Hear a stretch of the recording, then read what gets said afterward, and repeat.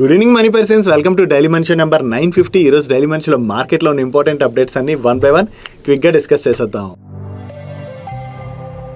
ముందుగా market update చూసినట్లయితే ఈ రోజు సెషన్లో సెన్సెక్స్ 110 పాయింట్స్ పెరిగి 80,956 పాయింట్స్కి క్లోజ్ అయినట్లయితే నిఫ్టీ 10 పాయింట్స్ పెరిగి 24,467 పాయింట్స్కి క్లోజ్ అయింది. అండ్ ఈ రోజు సెషన్లో మిడ్ క్యాప్ ఇండెక్స్ 0.76% పెరిగినట్లయితే స్మాల్ క్యాప్ ఇండెక్స్ 0.65% పెరిగింది. అండ్ బ్యాంక్ నిఫ్టీ 1.08% పెరిగింది.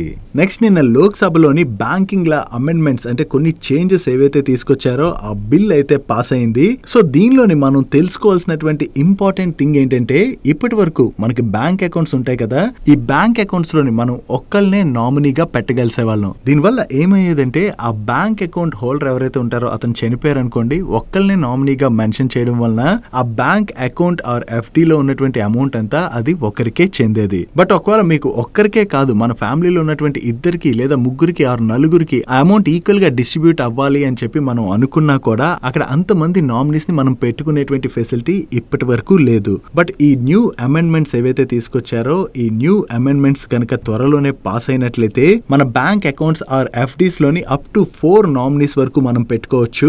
ఈ 4 నామినీస్ కి మనం కావాలనుకుంటే ఎంత పర్సెంటేజ్ అంటే ఈక్వల్ గా వాళ్ళకి షేర్ వెళ్ళాలా, 25% వాళ్ళు ఒకరికి ఎక్కువ ఒకరికి తక్కువ ఎంత పర్సెంటేజ్ ఆఫ్ ద షేర్ వెళ్ళాలన్నది మనం క్లియర్ గా మెన్షన్ చేస్తే సరిపోతుంది. ఒకవేళ ఆ అకౌంట్ హోల్డర్ చనిపోయినా కూడా మనం ఏదైతే పర్సెంటేజ్ ఆఫ్ షేర్ నామినీకి ఇస్తామో ఆ పర్సెంటేజ్ ఆఫ్ ద అమౌంట్ వాళ్ళకి చెందుతుంది. కాబట్టి హ్యాపీగా ఇకపైన ఫ్యామిలీలో ఈ విధంగా డిస్ట్రిబ్యూట్ అవ్వాలని మనం ఏదైతే కోరుకుంటామో అది ఈజీగా అవబోతున్నట్టుగా మనం అర్థం చేసుకోవచ్చు. అండ్ అంతేకాకుండా దీనిలోని మనం ఇందాక మాట్లాడుకున్నట్లుగా percentage of the share nomination ఇవ్వచ్చు ఆర్ సక్సెసివ్ నామినేషన్ ఆప్షన్ ని కూడా కల్పించబోతున్నారు. ఈ సక్సెసివ్ నామినేషన్ ఆప్షన్ లో ఏముంటుందంటే ప్రీ డిఫైన్డ్ ఆర్డర్ మనం ఏదైతే ఇస్తామో దాన్ని బట్టి నామినీస్ కి ఆ అసెట్స్ ఇన్హెరిట్ అవుతాయి. సో ఈ న్యూ చేంజెస్ ఏవైతే తీసుకురాబోతున్నారో ఇది ప్రతి ఒక్కరికి కూడా యూస్ఫుల్ అవబోతుంది. సో ఇప్పటికైతే లోక్సభలోని బిల్ పాస్ అయింది కదా, సో ఎప్పటి నుంచి వీటిని అమలు చేస్తారన్నది మనం చూడాలి. వన్స్ ఇంప్లిమెంట్ కనుక చేసినట్లయితే మనందరం కూడా మన బ్యాంక్ అకౌంట్స్ లోని నామినీస్ అంటే ఒక నామినీ కాకుండా మల్టిపుల్ నామినీస్ అయితే అప్డేట్ చేసుకునేటువంటి ఫెసిలిటీ మనకి దొరుకుతుంది.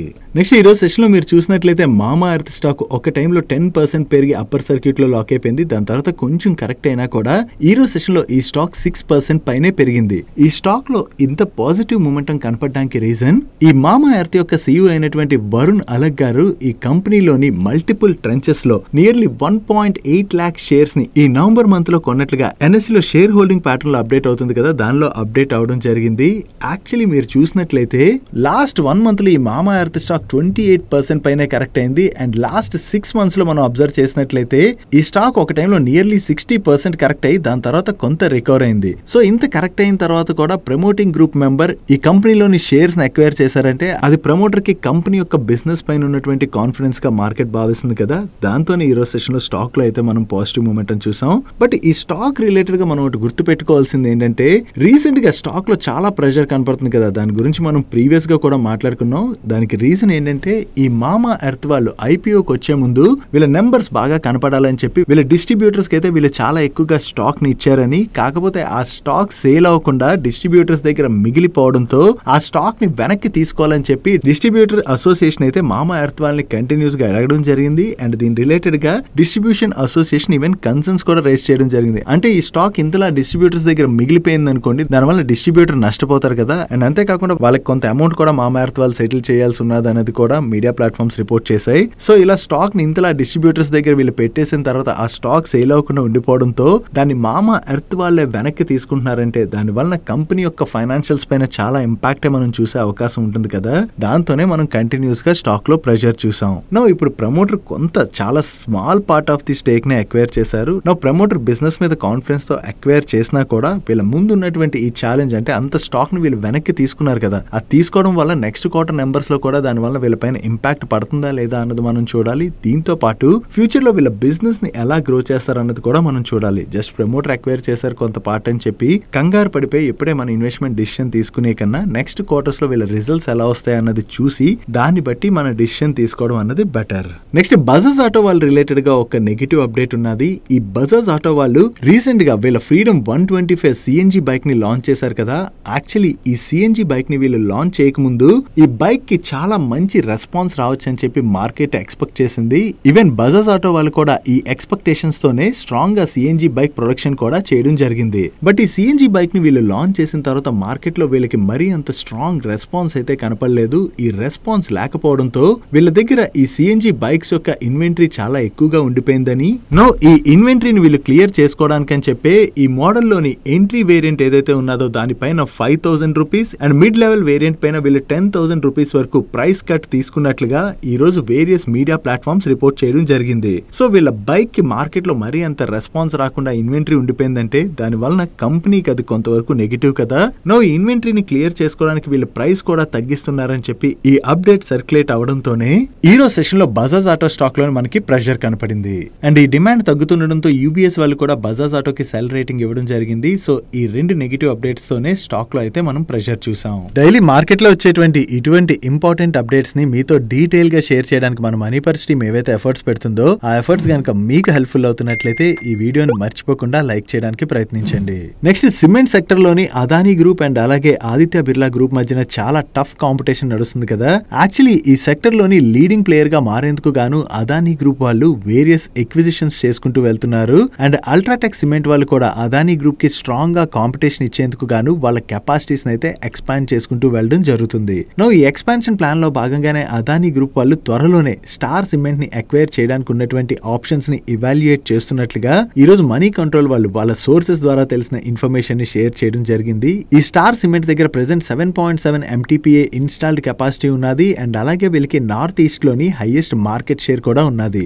ఈ స్టార్ సిమెంట్ ని అదానీ గ్రూప్ అక్వైర్ చేసినట్లయితే నార్త్ ఈస్ట్ రీజియన్ లో కూడా వీళ్ళ సిమెంట్ బిజినెస్ ని స్ట్రాంగ్ గా ఎక్స్పాండ్ చేయడానికి అదానీ గ్రూప్ కి హెల్ప్ఫుల్ అవుతుంది. కాబట్టి స్టార్ సిమెంట్ తోని అదానీ గ్రూప్ డిస్కషన్స్ లో ఉన్నట్లుగా ఈ రోజు న్యూస్ అయితే రావడం జరిగింది. సో ఈ న్యూస్ ఎప్పుడైతే సర్క్యులేట్ అయిందో దాంతోనే ఈ రోజు సెషన్ లో మనకి స్టార్ సిమెంట్ స్టాక్ లో ఒక్కసారి జంప్ అయితే కనపడింది. కానీ ఈ రోజు సెకండ్ హాఫ్ లోని దీనికి స్టార్ సిమెంట్ వాళ్ళు రెస్పాండ్ అవుతూ ఇటువంటి డీల్ రిలేటెడ్ గా కంపెనీ అయితే ఎవరితో కూడా ప్రెసెంట్ డిస్కషన్స్ జరపట్లేదని అండ్ మీడియా ప్లాట్ఫామ్స్ లోని ఏదైతే ఈ న్యూస్ ఆర్టికల్ వచ్చిందో అది జస్ట్ స్పెక్యులేటివ్ న్యూస్ మాత్రమే అని చెప్పి వీళ్ళు క్లారిఫికేషన్ ని రిలీజ్ చేయడం జరిగింది. సో దీన్ని బట్టి అదానీ గ్రూప్ స్టార్ సిమెంట్ ని అక్వైర్ చేయబోతుందని చెప్పి ఏదైతే ఈ న్యూస్ వచ్చిందో యాజ్ ఆఫ్ నో చూసినట్లయితే ఇది స్పెక్యులేటివ్ న్యూస్ గానే మనం అర్థం చేసుకోవచ్చు. బట్ ఓవరాల్ గా మనం చూసినట్లయితే ఈ సిమెంట్ సెక్టర్ లో అయితే అదానీ గ్రూప్ అండ్ అలాగే ఆదిత్య బిర్లా గ్రూప్ ఈ రెండింటి మధ్యన చాలా టఫ్ కాంపిటీషన్ అయితే మనం చూస్తూ వస్తున్నాం. చూడాలి ఈ స్టార్ సిమెంట్ కాకపోతే వేరే అదర్ స్మాల్ ప్లేయర్స్ ఉంటారు కదా ఈ సిమెంట్ సెక్టర్ లో, వాళ్ళని కూడా అదానీ గ్రూప్ అయితే అక్వైర్ చేసేటువంటి అవకాశాలు అయితే ఉన్నాయి. నెక్స్ట్ అదానీ గ్రూప్ కి చెందినటువంటి అదానీ ఎనర్జీ సొల్యూషన్స్ వాళ్ళ రిలేటెడ్ గా ఒక పాజిటివ్ న్యూస్ అయితే సర్క్యులేట్ అవుతుంది. Rajasthan part 1 power transmission project కి ఏదైతే టెండర్స్ ని కండక్ట్ చేశారో ఆ టెండర్ లోని అదానీ ఎనర్జీ సొల్యూషన్స్ వాళ్ళు కూడా పార్టిసిపేట్ చేయడం జరిగింది. దీనిలోని ఈ హై వాల్యూ ట్రాన్స్మిషన్ ప్రాజెక్ట్ కి ఈ అదానీ ఎనర్జీ సొల్యూషన్స్ వాళ్ళే ప్రిఫర్డ్ బిడర్ గా సెలెక్ట్ అయినట్లుగా ఈ రోజు వేరియస్ మీడియా ప్లాట్ఫామ్స్ అయితే రిపోర్ట్ చేయడం జరిగింది. అండ్ ఈ ప్రాజెక్ట్ కాస్ట్ అప్రాక్సిమేట్లీ 25,000 crores. ఒకవేళ ఈ ఆర్డర్ అదానీ ఎనర్జీ సొల్యూషన్స్ కి వచ్చినట్లయితే ఇది ఇప్పటి వరకు అదానీ ఎనర్జీ సొల్యూషన్స్ విన్ అయినటువంటి ఆర్డర్స్ లోని లార్జెస్ట్ ఆర్డర్ అవబోతున్నట్లుగా కూడా వీళ్ళు షేర్ చేస్తున్నారు. ఇది జస్ట్ మీడియా ప్లాట్ఫామ్స్ దగ్గర నుంచి వస్తున్నటువంటి అప్డేట్ మాత్రమే. ఇంకా నేను ఈ వీడియో రికార్డ్ చేసే టైంకి అదానీ ఎనర్జీ సొల్యూషన్స్ వాళ్ళ దగ్గర నుంచి ఈ ఆర్డర్ రిలేటెడ్ గా ఎటువంటి అఫీషియల్ కమ్యూనికేషన్ కూడా రాలేదు.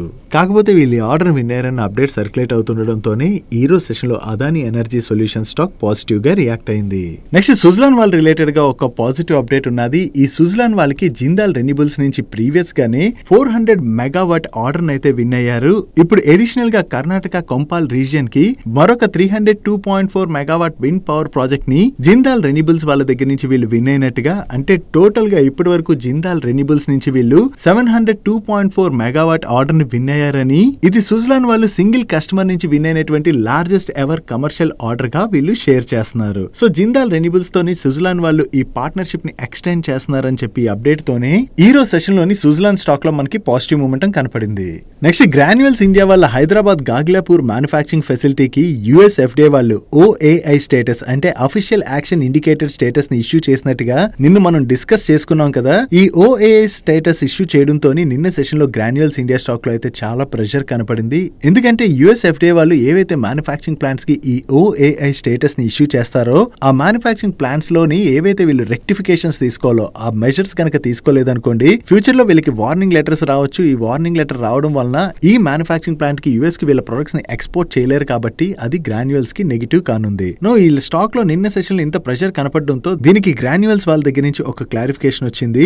అఫీషియల్ యాక్షన్ ఇండికేటర్ ని యుఎస్ ఎఫ్డిఏ వాళ్ళు ఇష్యూ చేయడం వలన ఈ ప్లాంట్ నుంచి వీళ్ళ existing product sales, distribution and manufacturing పైన ఎటువంటి ఇంపాక్ట్ పడదని, కేవలం కొత్త ప్రొడక్ట్స్ ఉంటాయి కదా, ఈ కొత్త ప్రొడక్ట్స్ ఏవైతే ఈ ప్లాంట్ లో తయారు చేస్తారో వాటి అప్రూవల్స్ పెండింగ్ లో పడేటువంటి అవకాశం ఉన్నదని చెప్పి వీళ్ళు షేర్ చేస్తున్నారు. కాకపోతే ఈ ఇష్యూని అయితే రిజాల్వ్ చేయడానికి కంపెనీ యుఎస్ ఎఫ్డిఏ తో క్లోజ్ గా వర్క్ చేస్తున్నట్టుగా, త్వరలోనే రిజాల్వ్ అవుతుందని ఎక్స్పెక్ట్ చేస్తున్నట్టుగా కూడా వీళ్ళ మేనేజ్మెంట్ చెప్తుంది. చూడాలి ఎంత త్వరగా ఈ ఇష్యూని గ్రాన్యువల్స్ ఇండియా వాళ్ళు రిజాల్వ్ చేసుకుంటారన్నది.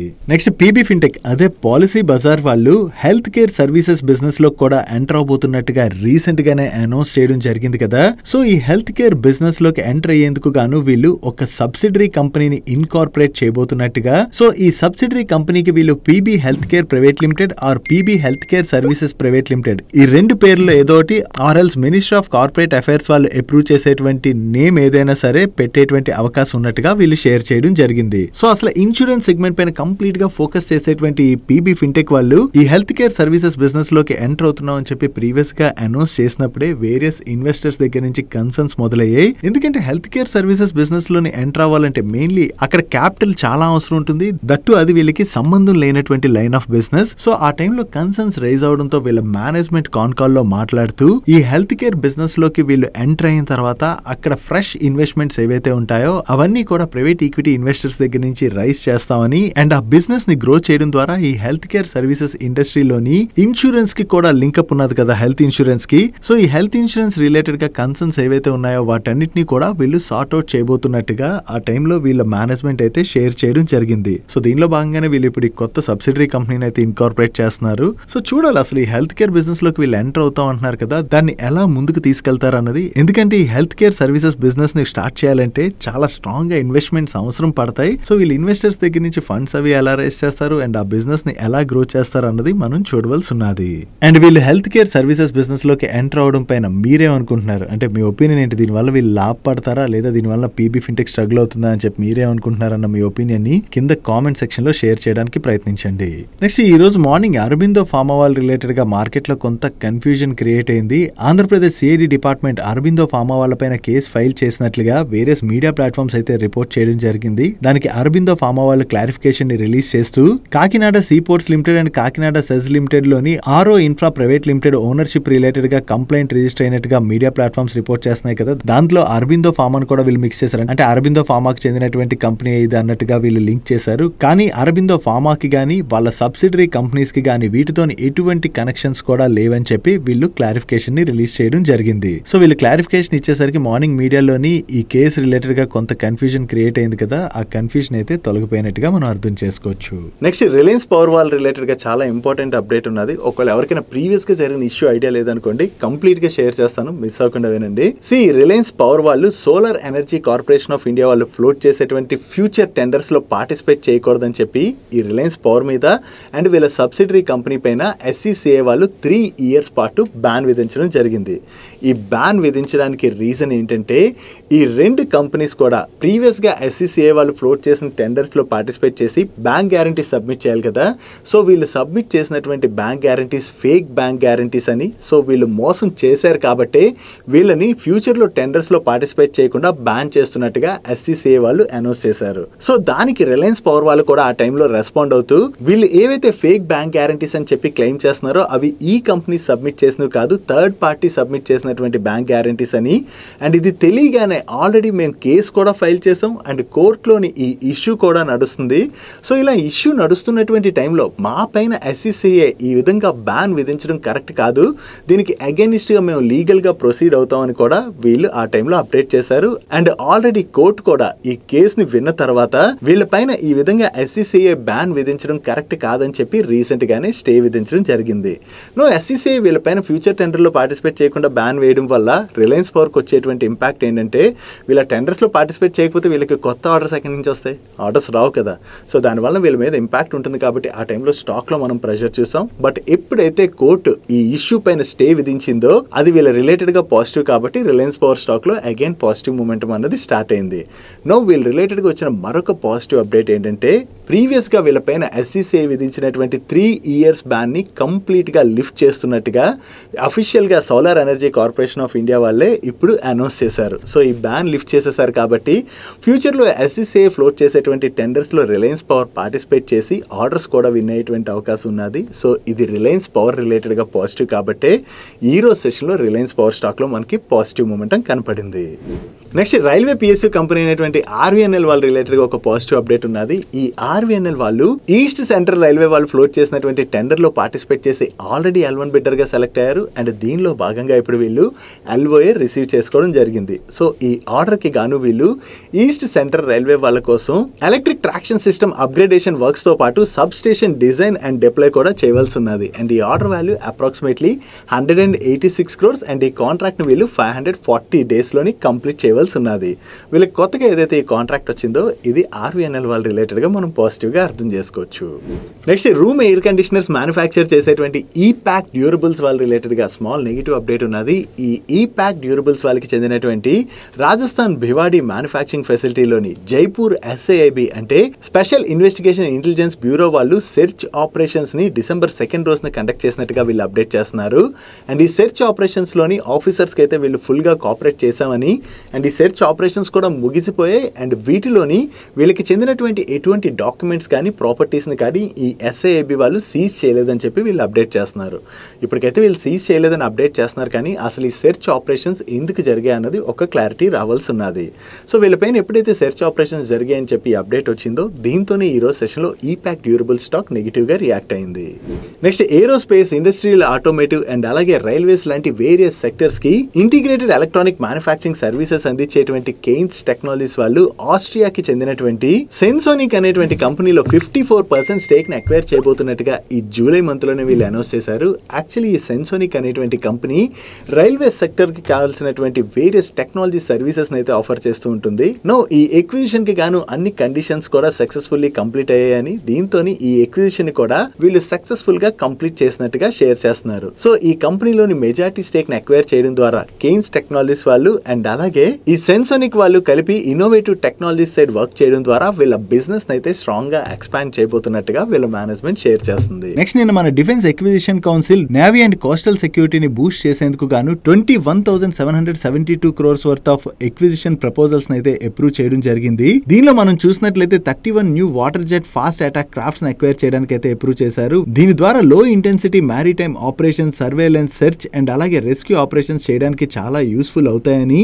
అండ్ ఈ వాటర్ జెట్స్ ఏవైతే ఉన్నాయో ప్రీవియస్ గా వీటిని గార్డెన్ రీచ్ షిప్ బిల్డర్స్ వాళ్ళు బిల్డ్ చేసి సప్లై చేశారు. సో ఈసారి కూడా వీటి రిలేటెడ్ గా వీళ్ళకి ఆర్డర్ వస్తుందేమో మనం చూడాలి. అండ్ వీటితో పాటుగా 120 ఫాస్ట్ ఇంటర్సెప్టర్ క్రాఫ్ట్స్ అండ్ అలాగే Su-30 MK ఎయిర్ క్రాఫ్ట్స్ కోసం అడ్వాన్స్ ఎలక్ట్రానిక్ వార్ఫేర్ సూట్స్ ని కూడా ప్రొక్యూర్ చేయడానికి డిఫెన్స్ ఎక్విజిషన్ కౌన్సిల్ అప్రూవ్ చేయడం జరిగింది. అండ్ అలాగే వీటితో పాటు మరికొన్ని అదర్ ప్రొడక్ట్స్ ని కూడా అక్వైర్ చేయడానికి గాను వీళ్ళు అప్రూవ్ చేశారు. సో ఓవరాల్ గా ఈ 21,772 crores worth of orders A defence companies కి వస్తాయన్నది మనం చూడాలి. ఏ డిఫెన్స్ కంపెనీస్ కి ఆర్డర్స్ వచ్చినా వాళ్ళ ఆర్డర్ బుక్ లోని మంచి గ్రోత్ కనపడుతుంది కాబట్టి ఆ డిఫెన్స్ స్టాక్స్ కి ఇవి పాజిటివ్ కానుంది. Next financial products and services offer చేసేటువంటి జగిల్ ప్రీపెయిడ్ సర్వీసెస్ వాళ్ళకి AGP city gas private limited వాళ్ళ దగ్గర నుంచి కొత్తగా ఒక కాంట్రాక్ట్ ని విన్ అయ్యారు. ఈ కాంట్రాక్ట్ లో భాగంగా వీళ్ళకి జాగిల్ ఫ్లీట్ ప్రోగ్రామ్ సర్వీసెస్ ని 5 years పాటు అందించనున్నారు. వీళ్ళు కొత్తగా ఏదైతే ఆర్డర్ విన్ అయ్యారో ఇది జగిల్ ప్రీపెయిడ్ వాళ్ళ రిలేటెడ్ గా మనం పాజిటివ్ గా అర్థం చేసుకోవచ్చు. నెక్స్ట్ ఏషియర్ మోటార్స్ వాళ్ళ రాయల్ ఎన్ఫీల్డ్ బిజినెస్ ఉన్నది కదా, ఈ రాయల్ ఎన్ఫీల్డ్ బిజినెస్ ని అవుట్ సైడ్ ఇండియా కూడా వీళ్ళు స్ట్రాంగ్ గా ఎక్స్పాండ్ చేయడానికి చూస్తున్నట్టుగా దీని ద్వారా థాయిలాండ్ లోని వీళ్ళ కొత్త అసెంబ్లీ ఫెసిలిటీలోని ఆపరేషన్స్ అయితే కమెన్స్ చేసినట్టుగా వీళ్ళు షేర్ చేస్తున్నారు. సో ఇది థాయిలాండ్ లోని వీళ్ళ first fully owned and operated CKD అంటే కంప్లీట్లీ నాక్డ్ డౌన్ ప్లాంట్ అని, దీని ద్వారా ఈ రీజన్ లోని వీళ్ళ బిజినెస్ అయితే స్ట్రాంగ్ గా ఎక్స్పాండ్ చేయడానికి ప్రయత్నిస్తున్నట్టుగా వీళ్ళ మేనేజ్మెంట్ కామెంట్ చేయడం జరిగింది. నెక్స్ట్ L&T టెక్నాలజీ సర్వీసెస్ వాళ్ళకి ఒక గ్లోబల్ నెట్వర్క్ ప్రొవైడర్ దగ్గర నుంచి $50 million వర్త్ డీల్ ని విన్ అయ్యారు. ఈ డీల్ లో భాగంగా ఈ కస్టమర్ కి వీళ్ళు నార్త్ అమెరికన్ మార్కెట్ లోని ప్రొడక్ట్ ఇంటిగ్రేషన్ సర్వీసెస్ ని ప్రొవైడ్ చేయనున్నారు. సో ఈ పార్ట్నర్షిప్ ద్వారా వీళ్ళ కస్టమర్ 5G అడ్వాన్స్మెంట్స్ రిలేటెడ్ గా కరెంట్ మార్కెట్ డిమాండ్స్ ఏవైతే ఉన్నాయో వాటన్నిటిని కూడా అడ్రస్ చేయడానికి ఇది హెల్ప్ఫుల్ అవుతుందని చెప్పి వీళ్ళు షేర్ చేయడం జరిగింది. సో కొత్తగా ఈ డీల్ ఏదైతే విన్ అయ్యారో ఇది LTTS వాళ్ళ రిలేటెడ్ గా మనం పాజిటివ్ గా చూడొచ్చు. నెక్స్ట్ IEX వాళ్ళు వాళ్ళ నవంబర్ మంత్ బిజినెస్ అప్డేట్ ని రిలీజ్ చేశారు. ఇయర్ ఆన్ ఇయర్ బేసిస్ లోని వీళ్ళ ఎలక్ట్రిసిటీ ట్రేడెడ్ వాల్యూమ్ లోని ఈ నవంబర్ మంత్ లోని 16% గ్రోత్ డెలివర్ చేయడం జరిగింది. అండ్ ఆర్టీఎం అంటే రియల్ టైమ్ మార్కెట్ వాల్యూమ్స్ లోని ఇయర్ ఆన్ ఇయర్ బేసిస్ లో 28% గ్రోత్ డెలివర్ చేశారు. అండ్ గ్రీన్ మార్కెట్ లోని ఇయర్ ఆన్ ఇయర్ లోని 332% గ్రోత్ డెలివర్ చేయడం జరిగింది. నెక్స్ట్ రివోల్ట్ ఎలక్ట్రిక్ బైక్స్ ని సెల్ చేసేటువంటి రతన్ ఇండియా ఎంటర్ప్రైజెస్ వాళ్ళు వాళ్ళ నవంబర్ మంత్ బిజినెస్ అప్డేట్ ని రిలీజ్ చేశారు. లాస్ట్ ఇయర్ సేమ్ మంత్ తో కంపేర్ చేస్తే ఈ నవంబర్ మంత్ లోని వీళ్ళ సేల్స్ లోని 197% గ్రోత్ డెలివర్ చేసినట్లుగా, అదే ప్రీవియస్ మంత్ తో కంపేర్ చేస్తే ఈ నవంబర్ లో వీళ్ళ సేల్స్ లో 109% గ్రోత్ డెలివర్ చేసినట్టుగా వీళ్ళు షేర్ చేస్తున్నారు. సో వీళ్ళ 2-వీలర్ ఎలక్ట్రిక్ వెహికల్ సేల్స్ లో ఇంత మంచి గ్రోత్ డెలివర్ చేశారన్న అప్డేట్ తోనే ఈ రోజు సెషన్ లో రతన్ ఇండియా ఎంటర్ప్రైజెస్ స్టాక్ 5% పైనే పెరిగింది. That's it for today's daily munch. ఈ రోజు డైలీ మంచ్ లో మే షేర్ చేసిన ఇన్ఫర్మేషన్ మీకు నచ్చినట్లయితే ఈ వీడియోని లైక్ చేయండి. అండ్ ఈ video me friends and family members helpful అవుతుంటే ఈ వీడియోని వాళ్ళకి షేర్ చేయండి. అండ్ మీరు ఇదే ఫస్ట్ టైం మన మనీ పర్స్ ఛానల్కి వచ్చి ఛానల్ ఇంకా సబ్స్క్రైబ్ చేసుకోలేనట్లయితే ఇటువంటి ఇంట్రెస్టింగ్ వీడియోస్ రెగ్యులర్ గా ఫాలో అవడానికి ఇక్కడ ఉన్న ఛానల్ లోగో మీద క్లిక్ చేసి ఛానల్ సబ్స్క్రైబ్ చేసుకుంటూ పక్కన ఉన్న బెల్ ఐకాన్ లోని ఆల్ నోటిఫికేషన్స్ యాక్టివేట్ చేసుకోండి. నేను చంద్రశేఖర్ పత్రి మరొక ఇంట్రెస్టింగ్ వీడియోతో కలుద్దాం. Good night.